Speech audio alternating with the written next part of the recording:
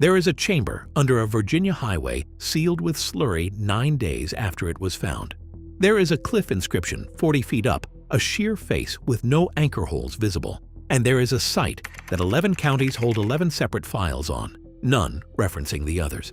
The Appalachians are nearly 480 million years old, the oldest mountain range on Earth. What is inside them has been documented, dated, and set aside. We are counting down 19 discoveries that scientists cannot explain. The last discovery on this list should not be possible. Number 19. The Stone Wall of Fort Mountain, Georgia. Somebody stacked 885 feet of rock along the top of a Georgia mountain, then apparently told nobody about it. Surveyors combing the ridge in the early 1900s found a loose stone wall up to 12 feet thick with 29 pit-like depressions running along its length. No records, no explanation, and the wall itself offers no clues either. It encloses no territory. It controls no water source. It gives whoever built it zero tactical edge over the land around it. Archaeologists placed construction around 400 to 500 CE, making the wall at least 1,500 years old. No tools, no pottery, and no burials were ever recovered beside it. The Cherokee in these valleys said the wall was already ancient when their earliest ancestors arrived. A University of Georgia survey from 1962 put it plainly. It is easier to say what this wall is not than what it is. 60 years after that finding, the assessment has not changed. Today, the wall sits inside a state park. Hikers walk its full length in under an hour. The trail signs list 4 theories and confirm none. The builders left nothing behind except the stones. Whatever culture built it had vanished so completely that the people who came next had no memory of them at all. That should have been enough to launch a major excavation. It was not. Number 18.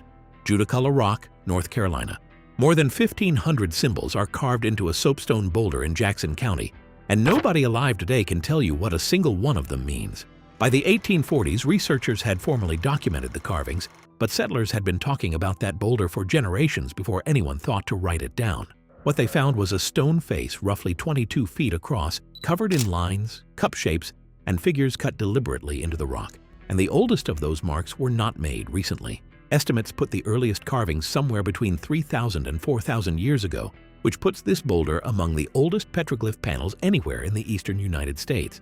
The Cherokee attributed the rock to the giant Judaculla, who leaped from a mountaintop and left his handprint in the stone when he landed. Scientists have applied linguistics, astronomy, and comparative iconography. None of the frameworks has produced a reading. One archaeologist reviewing the site in 2011 concluded the panel resists every known system of interpretation. Across the Atlantic, hundreds of stones in Scotland carry nearly identical cup and ring marks, cut by a different people, on a different continent in a different era. Today, the boulder sits behind a low fence beside a county road. Rain and acid runoff are steadily erasing the carvings. Decades from now, those symbols will be unreadable, and whatever they encoded goes with them. Science has the technology to study them properly right now. It has not funded the effort. That particular inaction is not unique to this boulder. Number 17. The Bat Creek Stone, Tennessee. A burial mound near the Little Tennessee River had never been opened, not once.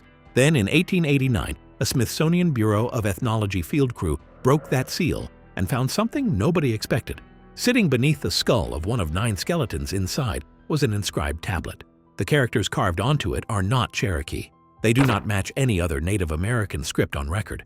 They do not match anything tied to the region at all. In 1970, Cyrus Gordon of Brandeis University argued the inscription matched Paleo-Hebrew from the 1st or 2nd century CE. Radiocarbon tests on wood from the same burial layer returned a range of 32 to 769 CE, which lines up with that claim. Mainstream archaeology calls the stone a 19th century forgery. The probable source has been identified as a Masonic illustration from the 1870s, yet the question of who planted it in an unbroken burial mound and why has never been answered. The Smithsonian held the stone in storage for close to a century. Today it sits in a museum case in Cherokee, North Carolina. The label calls it controversial. The file has never been closed. This is where it becomes structural because the next entry is not a single artifact. It is an entire mountainside, and the official explanation for it has changed 3 separate times. Number 16. The Old Stone Fort, Tennessee.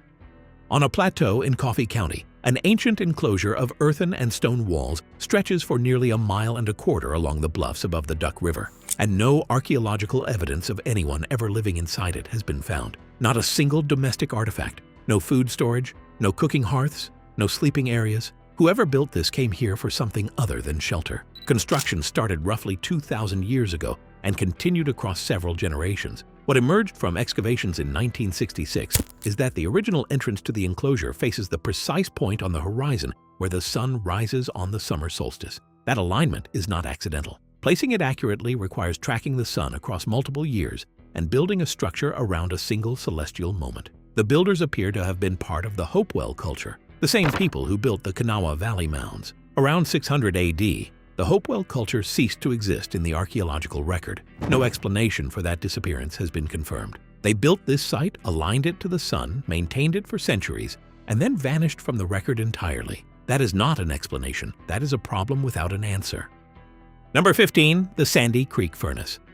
A stone furnace in the Blue Ridge foothills produced slag that two laboratories dated 1,100 years apart from the same sealed layer, and neither lab backed down.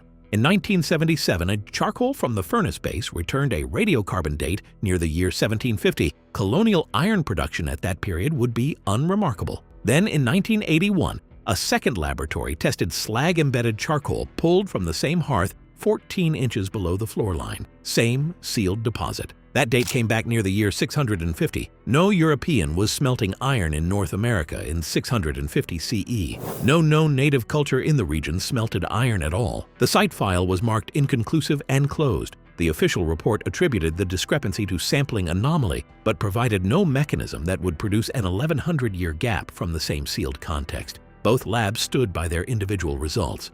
Nobody convened them. Today, the furnace stands on private land. The owner stopped corresponding with researchers in the 1990s. The file remains open only in the sense that it has never been formally resolved. Number 14. The Mounds of the Kanawha Valley, West Virginia.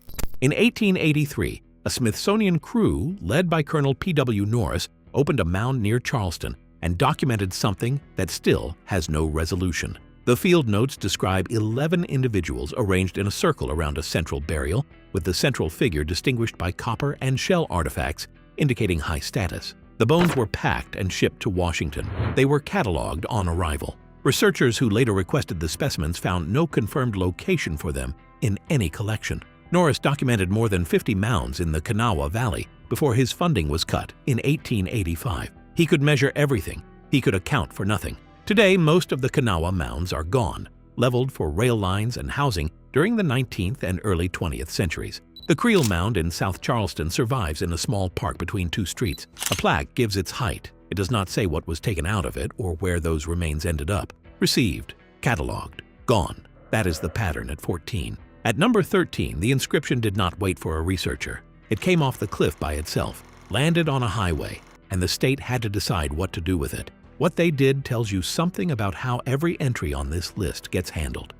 Number 13. The Terraces of Track Rock Gap, Georgia.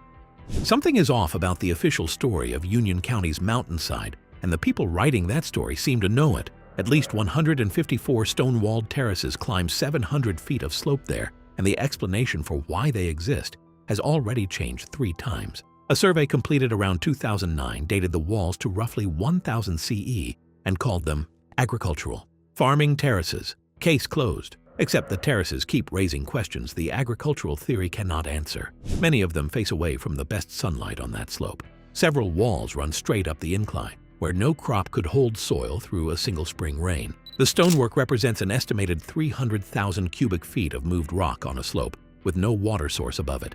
In 2012, the Forest Service closed public discussion of the site and declined to approve further excavation. No follow-up dig has been authorized since. A Forest Service archaeologist confirmed the stone features date to at least 800 CE, possibly earlier. The interpretive sign at the trailhead describes the petroglyphs at the base of the hill. It does not mention the terraces climbing above them.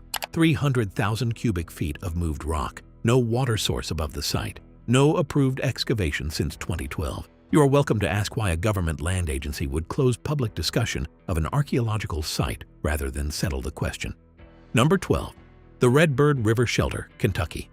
A sandstone cliff face in Clay County carried carved symbols for centuries before they came to the road. On December 7, 1994, the inscribed section split from the cliff and fell onto Kentucky Route 66.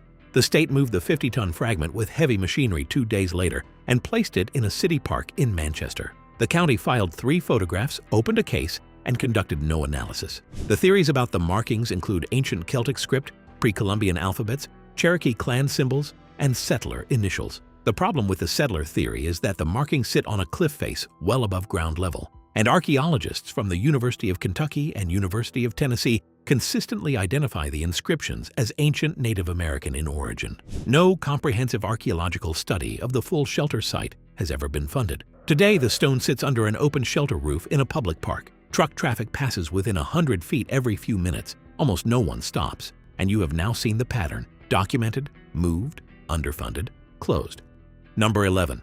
The Grave Creek Mound, West Virginia. One of the largest conical burial mounds in the eastern United States rises 62 feet above the town of Moundsville, and the tablet found inside has been missing for well over a century. In 1838, local men tunneled into the mound and broke into a timber vault. Inside were 2 skeletons, thousands of shell beads and copper artifacts, and a small sandstone disc carved with about 25 characters. No scholar ever reached agreement on what those characters were. The disc passed through private hands and vanished before 1900. Only drawings survive, and the drawings made by different parties do not match each other. The mound required an estimated 57,000 tons of moved earth to construct. The builders left no quarry site, no ramp, and no record of how they organized any of it. The disc is gone. The drawings conflict with each other. What came out of that mound and what happened to it form a 2-part question with no clean answer to either part. The mound is still there. The tablet is not anywhere that can be verified. Number 10. The Coudersport Tunnels, Pennsylvania. In the plateau country of northern Pennsylvania, loggers in the 1880s reported cut stone passages running into the hillsides, and not one of them appears in any mining record, railroad file, or colonial land grant. Timber company ledgers from 1884 mention crews deliberately avoiding 2 hillside openings faced with fitted block. A county historian photographed one entrance in 1916. That photograph shows a square doorway with the lintel stone intact and half buried under slope debris. No permit, no survey, no builder on record. In 1958, a university caving club found one of the passages and mapped 90 feet of it before a collapse zone stopped them. Their field sketch noted tool scoring on both walls. They submitted a request to return the following season. The landowner declined. The entrance was bulldozed shut in the spring of 1959. Today, the hillside shows only a shallow depression in the leaf litter. Here is a detail no official file has noted. The lintel stone in that 1916 photograph carries the same shallow double-groove cut as the sealed limestone chamber under the Virginia Highway, 2 sites separated by hundreds of miles. No known culture connecting them. No researcher has ever placed both files on the same desk. Number 9. The Spruce Hill enclosure. On a flat-topped ridge above Paint Creek in Ohio, a stone wall runs 2¼ miles around the summit, and sections of it have been exposed to temperatures high enough to melt the rock. This is vitrified stone, and it is not a natural formation. Surveys conducted in 1846 and again in 1995 documented about 30 spots along the walls where sandstone has fused into glassy slag. Producing that requires sustained temperatures above 1,000 degrees Celsius. You cannot reach 1,000 degrees Celsius with a bonfire. You cannot reach it with a forest fire. The engineering required to produce that kind of sustained heat in an open-air stone wall on a hilltop is not understood for any culture in this region. The enclosure covers 140 acres, with gateways facing no known trail or water route. Excavation recovered almost nothing. No village debris, no burials, no hearths large enough to account for the labor. The 1995 report recommended further study. Further study was never funded. Put your hand on one of the fused sections and it is smooth where stone should not be smooth. Whatever burned here burned for days, and nobody near it left a trace of why they were there. Number 8. The Ellenville Stone Chambers. Across the Shawangunk Ridge and into the hollows beyond, more than 40 corbelled stone chambers sit half-covered in the hillsides, and colonial farmers have never once mentioned any of them. The chambers are dry-laid slab construction, some with stones weighing over a ton, roofed without mortar. Farm diaries from the region survive in the hundreds. They record wells, fences, barns, root cellars, and fence lines in precise detail. The chambers appear in none of them. In 1982, a state archaeologist examined 9 of the chambers and attributed all 9 to colonial storage. His report noted, without further comment, that 3 of the 9 align on the winter solstice sunrise. Root cellars do not require astronomical orientation. The report was filed as complete. In 2003, 2 chambers were demolished for a housing development. The town history gives them a single paragraph. Here is what you should hold on to as you move forward in this list. The walls at Fort Mountain were not recorded. The Coudersport entrance was bulldozed. The Wilson Cave chamber was paved over. The Kanawha bones were received and lost. And now the chambers no one ever mentioned building. Number 7. The Moorefield anomaly. In 1962, a natural gas drilling crew working near the South Branch Valley in West Virginia brought up worked charcoal and a polished stone bead from a depth of 90 feet. That depth matters. At 90 feet, the sediment layers at that location predate the accepted arrival of humans in North America by more than 15,000 years.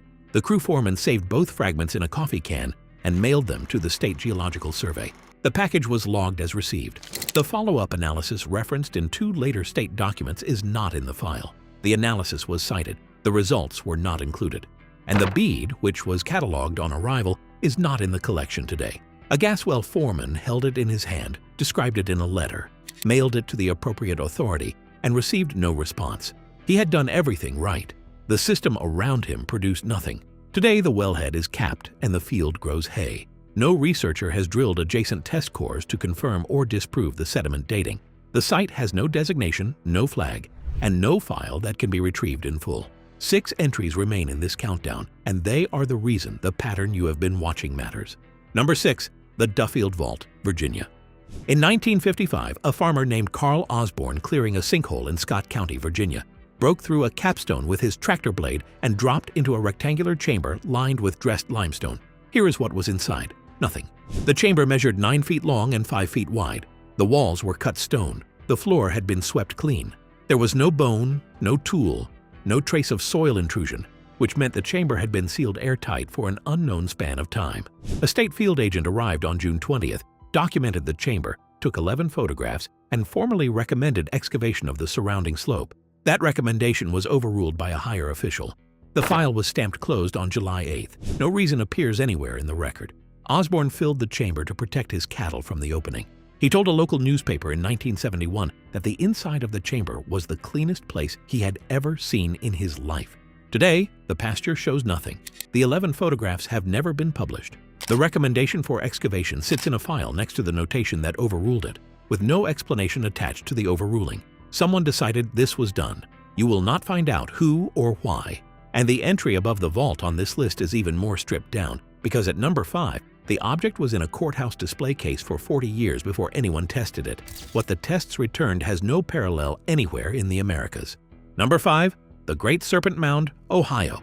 At the edge of the Appalachian Plateau in Ohio, a serpent-shaped earthwork over 1,300 feet long and 23 feet wide winds across a hillside with no burials inside and no explanation of who built it. Here is the core problem. The mound contains no diagnostic artifacts that allow archaeologists to assign it to any specific culture. A 1991 radiocarbon date suggested construction around the year 1100. More recent analysis of core samples pushed that date back to roughly 320 BCE. That is a gap of over 1,300 years between the two estimates. It matters enormously because it determines which civilization built it. The head of the serpent aligns precisely with the summer solstice sunset. The coils align with lunar standstills and equinox positions. Modern instruments have confirmed the precision. The builder's identity remains officially unresolved. We know precisely what they encoded into the landscape. We do not know who they were. That 1,300-year gap is not a footnote. It is the entire question. Number 4. The Ancient Copper Highway. Inside burial mounds across the Appalachian region, archaeologists have found copper, and it is not local copper. Most of the copper recovered from Hopewell and Adena mounds in the Ohio Valley came from sources around Lake Superior, a nearly 800-mile journey one way. These were not stray trade items. Research indicates the Lake Superior copper required directed expeditions specifically to retrieve it. The same mounds also held obsidian from what is now Yellowstone, roughly 1,500 miles away, shark teeth from the Gulf Coast, and mica from the Blue Ridge Mountains. A culture living in scattered farmsteads with no cities, no metal tools, and no written language was somehow coordinating continent-wide expeditions and depositing the results in precisely built ceremonial mounds. No one has found the roots, no camps, no trade stations. The network spanned a continent and left almost no trace of how it operated. What it left is inside those mounds, and the people who built those mounds vanished from the record before writing a single instruction down about how any of it worked. Number 3. The Hawkville Structure, Virginia. There is a stone foundation on a ridge below Hawkville Mountain that appears in a 1751 colonial survey, an 1839 county map, and a 1907 geological report, and then appears on no official map made after 1933. The 1751 survey marks it as old stonework already in ruins, with origin unknown, meaning by the time Europeans first recorded it, it was already considered ancient. The 1907 report describes 40 feet of standing wall and a floor of fitted slabs. In 1933, the land entered what would become a national park. The structure was not recorded in the park's founding inventory. It has not appeared in any inventory since. Researchers requesting the pre-park files from that period consistently received the same answer. The relevant folder was lost in transfer. 3 separate maps spanning 182 years confirm the structure existed in that location. Every map produced since says nothing. It is not listed as demolished. It is not listed as relocated. It is not listed at all. 19 discoveries, the same mountains, the same pattern, files closed without reasons, objects received and unlocatable, sites recorded then removed from the record. The textbooks do not mention any of them. The trail signs do not mention them. The park brochures describe the wildflowers. Somewhere on a ridge below Hawkville Mountain, under 90 years of leaf fall, there is a floor of fitted slabs that 3 maps swore was real. No one is coming to dig it up. The oldest mountains on Earth hold what they are given. Number 2. The Fawn Hoof Mummy. Ancient people used the Mammoth Cave system for over 4,000 years, and the evidence they left includes something modern science has never fully resolved. Around 1811, miners in a limestone cave in the Mammoth Cave region broke through a flat rock slab and found a sealed stone crypt. Inside was a remarkably preserved mummy wrapped in deerskin, accompanied by grave goods, prepared in a style unlike anything in the regional archaeological record. The mummy, later called Fawn Hoof, was acquired by Nahum Ward in 1815 and publicly exhibited before eventually reaching the Smithsonian Institution for analysis. Then it disappeared from the institutional record. The caves also appear to have been abandoned completely in the centuries just before European arrival, with no known explanation for why. Whoever built the stone crypts and prepared the mummies inside them stopped, left no successor, and vanished from the record. The mummy was catalogued by the Smithsonian. Then it disappeared from there too. There are 2 separate words for those 2 events. They are not the same word, and neither situation has ever been officially explained. Number 1. The Brown Mountain Lights, North Carolina.